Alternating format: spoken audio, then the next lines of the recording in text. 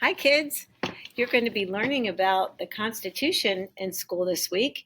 And in order to do that, we are going to begin by reading We the Kids. And it is the preamble to the Constitution. The reason we selected this book is because it's perfectly worded, and the author of this book tells you why he wrote the book. And the reason he did, I'll just give you a little peek, is he was sitting in class one day when he was in fifth grade, and he was listening to the words of the preamble, the beginning of the Constitution, and he didn't understand what those big words meant. So he decided to write a book for kids. So what I'm going to do is I'm not actually going to be reading the words of the preamble. I'm only going to be reading the foreword section in the book. And a foreword is spelled Foreword. It's not like the forward motion. It actually means it's a special part in a book, and you don't often have those in kid trade books like this. So I'm going to read you the author's words.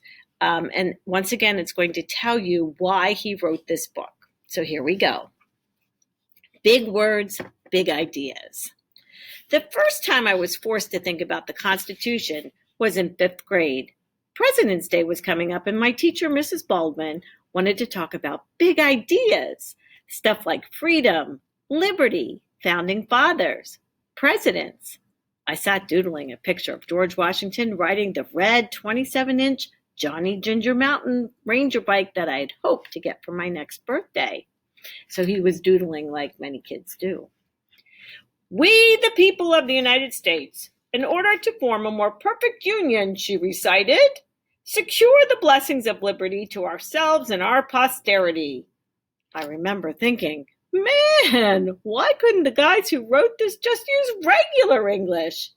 And the teacher continued, establish justice, ensure domestic tranquility. But I guess that's how everyone talked back in the olden times, like my grandfather, who always said things like Rip Snorton, Hogswaddle, and Rudy Tooty. Now, those things aren't said any longer. Today, I've been told from my colleagues, Mrs. Martin and Mrs. Vernon, that their children say things like, bro, and that's sick, and let's go. Or if they're throwing trash away and they get it in the basket, they say, Kobe. Those are kind of like the same kind of things.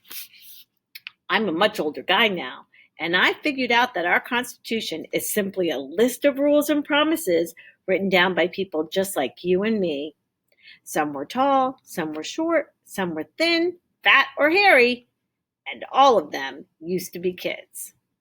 So you definitely don't have to be a grown-up to understand why they wrote it.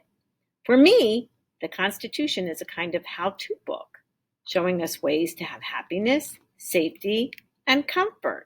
I often say in my classroom, you have a right to be happy, safe, and comfortable. Sounds like common sense, right? Does to me. But a couple hundred years ago, those things weren't common at all. For instance, back then, if you said or wrote something and the people in charge didn't like it, they could put you in jail or stick tar and feathers all over you. Ouch! And they really did those kinds of things.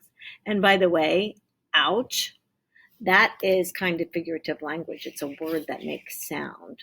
So that in figurative language is called onomatopoeia, and that's really fun to say.